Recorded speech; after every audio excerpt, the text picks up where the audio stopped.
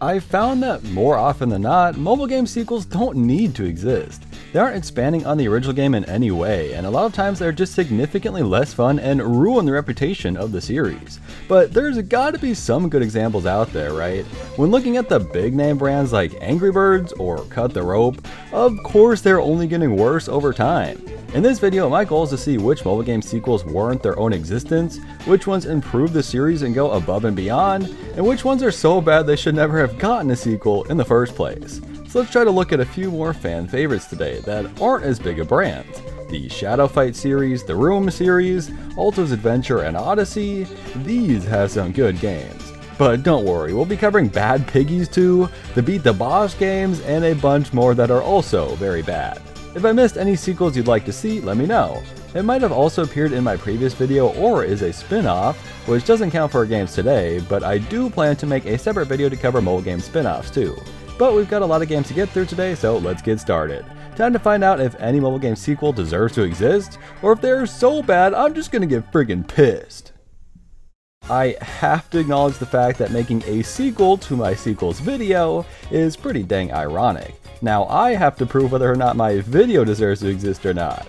Now, to be fair, covering an entire new list of sequels feels different enough to warrant a sequel, at least in my opinion, but I want to innovate with the second video too. Last time, a lot of people questioned my ranking system, and I agree, it was flawed. I sort of flip-flopped on what these tiers meant sometimes, treating them as a classic good game to bad game tier list, ruining the whole idea. I was trying to order them by if they are better than the first game at the top, if they warrant their existence in the middle, and if they were too similar and poorly done at the bottom. So for today, this tier system is solely to fulfill that goal, with a second tier system for strictly grouping good sequels, fine sequels, and bad sequels. I hope it won't get confusing as we cover the games, and I'll try to be clear how they rank in both systems as we go. It'll make more sense once we get started, so let's just freaking get started already then. Now, we could start with the most requested game, Shadow Fight, but I want to start with some simpler ones first. And I think a great example is Banana Kong. It's a pretty simple auto-runner game featuring a legally distinct banana collecting monkey. A lot of the different items, obstacles, and even locations are clearly ripped right from the Donkey Kong games. You jump into a big rocket barrel and travel to the beach. That's not just a coincidence. Now, the first game is pretty charming and a classic, but it's not without its flaws. The controls are a little rough, and a lot of the times I died were because of them. The animations aren't super impressive, the gameplay isn't anything special, but like I said, it's charming. Now, moving to the sequel, I was immediately put off by the redesign. That's not my monkey! But I had never actually played the game, and I gotta say, this is a pretty clear upgrade in almost every way. It looks better, the animations and controls are much smoother, which overall just makes playing the game more enjoyable. But to be fair, the gameplay is exactly the same. As far as I've seen, all the environments and items are exactly the same, with a few new obstacles sprinkled in here and there. This feels more like a remaster than a sequel, I'd say. Banana Kong 2 is neither innovative or redundant. How is that possible? It feels like a necessary upgrade, but hasn't changed a thing. So, it warrants its existence, and it is a good sequel. I think that's a good compromise. Let's move on. We covered Angry Birds last time, now let's give the pigs their shot in the spotlight. Bad Piggies is a puzzle game where you build vehicles to get Ross to the end of each level. Throughout the chapters, you'll unlock new vehicle parts to surpass harder and harder obstacles. The beginning of the game only features basic vehicles and wheels, and before you know it, you're gliding through the air with ease. This game always gives you new and exciting ways to build your vehicles and always encourages creativity and resourcefulness, as a good puzzle game should. Now, you might not know this, but Bad Piggies is insanely popular, and it's very surprising Rovio didn't try to make a sequel to it until very recently. But of course they did. And what do you know, it was so bad it got taken off the App Store. So what happened? I played the game when it just released, and within a couple minutes it was glaringly obvious what the problems were. I will always love the 2D art style of the original game, but the 3D graphics weren't bad. That is one of the few positives, actually. The gameplay was mostly the same, just with a few new vehicle parts and stages within each level. Multiple finish lines to cross before you can move forward. Again, I prefer how it was done originally, but fine. The real problems are the energy system, terrible, limiting your tries per stage, ruining the entire point of the experimentation the first game offered you, horrible, the pointless village where you build things for an arbitrary amount of time, no good, and the result, a very bad day. In Bad Piggies, if you do something wrong, you feel compelled to try again, change up your vehicle, and find the correct solution. In Bad Piggies 2, the game will kick you out and waste your energy if you mess up. So don't try anything, ever! See the problem here? It feels like the developers somehow didn't understand that's what makes Bad Piggies such a great game. You can copy the gameplay and the vehicle parts all you want. If you mess up the core values of the game, it is no longer Bad Piggies. It is an okay game that should not exist, which is why it doesn't anymore. Good riddance. Shadow Fight is such a weird series because it now starts at Shadow Fight 2. The first game was a Facebook exclusive that no longer exists. I'm not gonna bother covering it or talking about it. I've never played it, and now I never will. So yeah, Shadow Fight 2 is obviously a superior title because it freaking exists. And thankfully, it's a good game too, going at the top of both ranking systems. As the name suggests, it's a fighting game featuring silhouetted characters. They clearly put a ton of effort into the animations of each move, which was obviously easier to do because of the stylistic choice, and it led to the game being so iconic because of it. Same with Vector, another game we'll be covering in this video. Anyways, what's really cool is you unlock combos, armor, and even new weapons as you play. This will obviously lead to grinding eventually, but for the campaign of a mobile fighting game, where you should be practicing to get good, I think that makes perfect sense. I've never played a ton of this game, but even from the little I have played, and the fact that this game is beloved by thousands of people, I think it's fair to call it the quintessential mobile fighting game. The real question is, how did the third and fourth game compare? Where did the series even go from here? Well, it looks like this now, in the highest quality opening cutscene to a mobile game I've ever seen. The characters aren't even shadows, that's just a person! It's a pretty bold move to completely change the visual identity of your series, but I suppose if it's still fun, then it's no big deal. I just think it's more boring, personally. I think it feels quite a bit nicer to play, actually. It's much more responsive to your moves, and there's little haptics when you hit something that really adds to the experience. The shadow aspect comes in as a power-up of sorts, where you can pull off unique moves and the world turns all scary for a second. I gotta say, this really does feel like a proper sequel. There are very few times I felt that way about a mobile game sequel, so props to Shadow Fight. I will say, the menu and font choices feel completely out of theme, and the booster packs you open to unlock new weapons especially just feel way too modern compared to the vibes we got from the first game. Shadow Fight 2 just has so much style in comparison to this one, but according to the fans, the story, weapon choices, and fights are all superior in this game. And that was sort of the vibe I got while playing too. So yeah, good game, and good sequel all around. Finally, we move to Shadow Fight 4 Arena. Apparently it's liked quite a bit less than the previous two games, and at first I wasn't sure why. It's the best looking game hands down, although because of that my phone got pretty toasty pretty quickly. Rather than unlocking new weapons to equip, you now have a roster of different heroes, who each have their own fighting styles. It's also much more focused on PvP than the story, unlike the previous two, but it feels the best to control, at least in my opinion. The movement of your character feels great, and I was having a lot of fun. But to get good footage, I was really hoping to unlock a new hero. And after an hour, I didn't have shit! Maybe I just don't know how, but I was advancing in the battle pass and earning currency, but I just kept getting more resources for the characters I already had. I have to assume the grind is long and arduous to get anything cool, so I just gave up. I am no expert on the series, but it just feels like the fourth game had good additions, but is not built for free-to-play players like the previous games. Other than unlocking characters, I don't know what I should be working towards. So ultimately, I think it's a middle tier for both sections here. It's not a better sequel, but not worthless. And it's an okay game with some redeeming qualities, but also a lot of negatives. Still, Shadow Fight has one of the better track records of any of the games we've covered, and the original game isn't even playable. That was a long section. Let's take a little breather and cover both of the Leap Day games. I've said it before, and I'll say it again, I gotta play all the Nightshone games for a video at some point. Leap Day just so happens to be one of the more well-known games in their library, and therefore received a follow-up called Super Leap Day. So what's so special about the original? Well, every day there's a new level.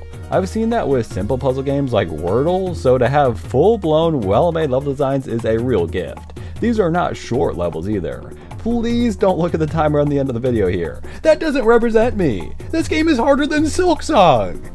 Since you can only control his jumps, it gets pretty tricky to pull off the right moves. And if you miss a checkpoint, you lose a lot of progress. It's a really fun, charming game.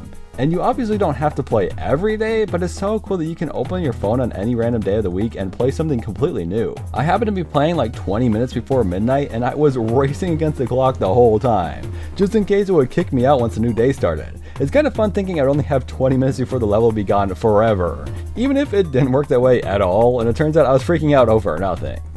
I can't really imagine a sequel to this game. We already have daily levels, how can they possibly take things further?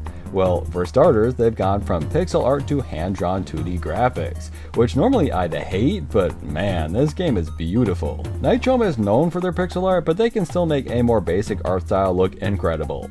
Anyway, Super Leap Day sort of just adds more gimmicks. It's hard to fully judge since I only played a single day in both of these games, but in this level, we're going horizontally at times. There's water mechanics, and in the tutorial we can see a myriad of other movement options. I saw some hate for this game online, possibly because it's an Apple Arcade exclusive, but I just can't understand it. The first game is much more simple, and maybe the super complex levels have really gone too far for some people, that's totally fair. But if Leap Day was gonna get a sequel, I'm really not sure what else you could have wanted, right?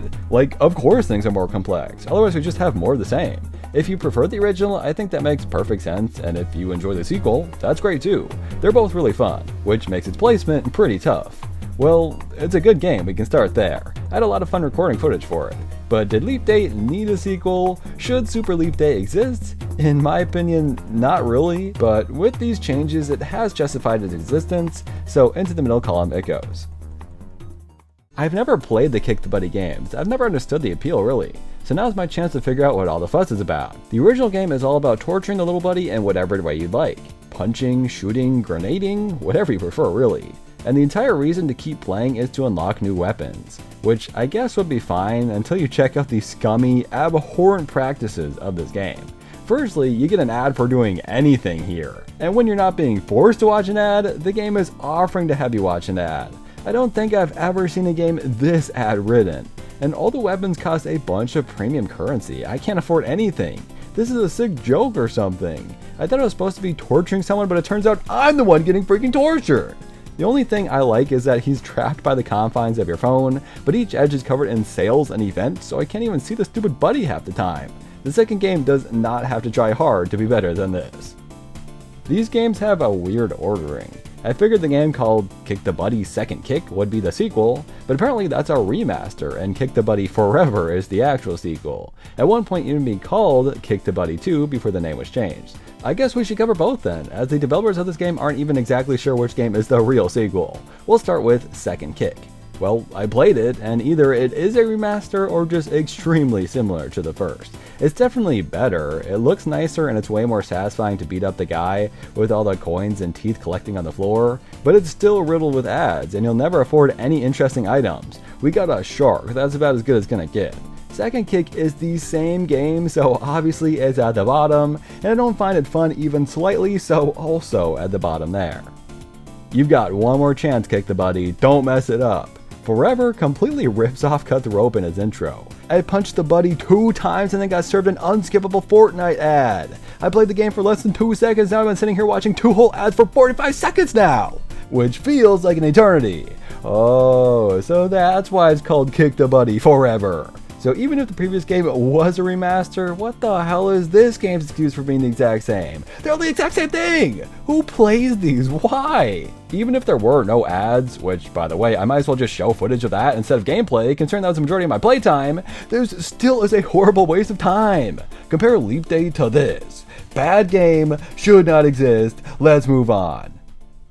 Did you know Sonic Dash has a sequel? I sure didn't. Sonic Dash is the first thing I'd imagine for a Sonic mobile game, an endless runner with all of your favorite characters and all of your favorite locations from the series. And by that I mean one location apparently. You kinda complete mini levels, dodging or attacking enemies, reaching the goal and doing some cool mid-air tricks, then back to running as the game gets faster bit by bit. The game gave me quite a few characters early on. I'm playing as Big the Cat in minutes, and there's a myriad of boss fights as you play. The ones I fought weren't overly difficult, but still fun. I can see why Sonic fans would love this game, and otherwise, well, I'm not really sure who the hell else would even play this. It's not a very special endless runner, I'll just say that. But it's decent, and I'm very curious to see what a sequel could even entail. I was surprised to see it's based on Sonic Boom of all things. They still make Sonic Boom stuff? I guess it helps make the characters look a little different, but why would Sonic Boom be the sequel to Sonic Dash? Well, surprisingly, the game actually plays pretty differently. There's a big focus on going to new locations mid-round, something I never really got the chance to do in the first game. You can have up to 3 runners as you play, and you can swap between them in these tunnels. Kind of a fun idea, although it definitely stalls the gameplay a bit. To me, this game feels a lot slower. I was able to survive for a really long time, and seeing new environments constantly is fun, but not really that exciting. I never encountered any bosses in this game, which is one of the more interesting ideas in the original, I think. If you're a Sonic fan, I get why you might like this one too, but again, what other audience would a Sonic Boom mobile game even have? Who's playing this? The Sonic Dash games are pretty dang mid through and through. The second game is pretty different, so it deserves to exist alongside the original, but is nothing too special, I assure you. Vector has one of the greatest tales of failed mobile game sequels. I felt it had to be in our video today. But before we cover what went wrong, let's just relive the pure joy of the first game, which is genuinely good. It's made by the same people who made Shadow Fight, and the gimmick here is again to use silhouetted characters to achieve extremely fluent animations. I love how there's no dialogue, but they still try to tell you a story here. It's super cool. I really love parkour games. Platforming on the roofs of buildings is just an appealing idea for a platformer in my opinion. And the fact that you're being chased as you run really adds to the adrenaline here. You don't want to be caught, and failing to perfectly pull out tricks only gets your stalker closer. I really love this game, and I love playing it because it feels so fluent and satisfying. I've heard more recent updates have been disappointing, but still, the original levels and core gameplay are a ton of fun. The second game kind of jumped the shark right from the get-go. I believe it was initially going to be a spin-off, not a direct sequel, which explained this weird lab and futuristic theme they've gone for. Other than the gameplay, this feels like an imitation of the first game right off the bat. Still, the game looks pretty good, and with more complicated and moving obstacles in these labs, it's on track to be a really fun sequel. But then you really get into it. There's stuff like armor now, which costs currency, which you can buy with real-life hard-earned cash. Why do I need an inventory in my parkour game? They'll purposely make future levels complex and over the top so that you feel like you need armor to beat them. And just the idea of that really ruins a game like this for me. The goal is to beat a level perfectly, not take hits. That's extremely unsatisfying. There's also no reason for your character to run. He's just going for a jog in his lab, I guess. Why he can't slow down is beyond me. In the end, the fans of this game didn't like this sequel, it really didn't perform well, and the developers just gave up on it before the story of the game was even finished. And it's been removed from the app stores. Rather than trying to improve their game or make the sequel people wanted in the first place, they killed out the sequel and the Vector franchise as a whole. Vector 2 literally killed the series. It's an okay game and obviously a bad, poorly executed sequel. I will happily continue to play the original instead. If you thought Kick the Buddy was bad, just wait until you try Beat the Boss. I have to ask, just one more time, who is playing this? And why? Please tell me why. Do you hate your IRL boss? I doubt anyone playing it is old enough to have a boss in the first place. And that's saying something, coming from the YouTuber over here. From what I can tell, the first game isn't available to download anymore, so I think a perfectly suitable substitute is this trailer I found for it. Meet your boss, Joe. You work your ass off, but he hates you! You really gonna take this crap anymore? Hell no! And then it proceeds to show multiple clips of him being brutally beaten to death. There were some incredibly concerning people commenting on this video, dude. But down to the weapons, this is exactly the same as Kick the Buddy. Please, I beg of you, do something interesting in your sequels. In the second game, he's a teacher, I guess. Did you just call me Donald Trump? Whatever, obviously I don't like this game, but it is easily better than Kick the Buddy. This guy ragdolls around much more humorously. The ads are nowhere near as intrusive, and you can get multiple locations, costumes for the boss, and pretty much all the same weapons. It takes forever to get anything though. Imagine just sitting here and shooting this guy for 10 minutes just so you can unlock a new gun and do the exact same thing again. The best part was when a hamster flew in and shit everywhere, and then I rubbed the boss's face in it. This is a bad game, but clearly the superior sequel. This was better in every conceivable way than that trailer, and the 3 Kick the Buddy games combined. In the third game, he's actually a boss now. Seeing the little characters in the background watch you beat him up and cheer when he dies is a really funny addition that helps make these games actually endearing. There's some level of comedy, not just senseless violence like in Kick the Buddy. I mean, this is still senseless violence, let's be real, but it's a bit more fun. Everything here is just more expensive than the last game, and I bought a shovel and it just kept glitching out, so I'm done, dude. I have no idea how or why this would be different from the second game. It is a bad game and a worthless sequel. Don't worry, there's just one final game. Beat the Boss 4 is easily the best in the series. I actually had a little fun here, I'm not gonna lie. They are much more generous with the amount of money you can earn, the weapons work better and are really fun, like just loading the boss up with pencils was great. There's even finishers now. They seem to be tied to the environment, and if you pull off the quick time event, a big paper airplane crushes him. Or at the convention, a little cloud strike uses his buster sword on him. Da da da da da da da da da. In the other games, I got bored within seconds because I couldn't unlock anything. But in this game, I was given a bunch of new stuff right away. I still don't like any of these games, but if I had to play one, it'd definitely be this one. So unfortunately, that makes this another good sequel, and just an okay game overall.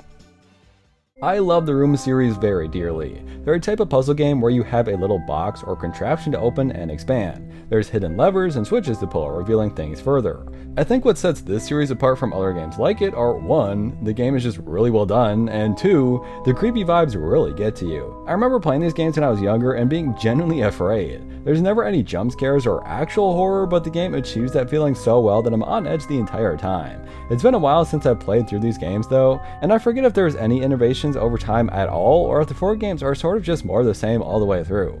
In each of these games, your little lens is super important. It leads to all the mystical, otherworldly creepiness and occasional secret messages. I think the second game takes this up a notch, with each level ending with a fun perspective puzzle. I chose to play through the pirate ship level for footage, which is a very fun one. There are so many compartments on this little ship. Almost every piece opens up by the end. There's a treasure chest with a map inside, there's a weight puzzle over on the third desk, with each piece having a secret compartment to find in it. I'm realizing it's hard to explain why this game is fun. I guess just the discoveries and satisfaction in completing puzzles correctly.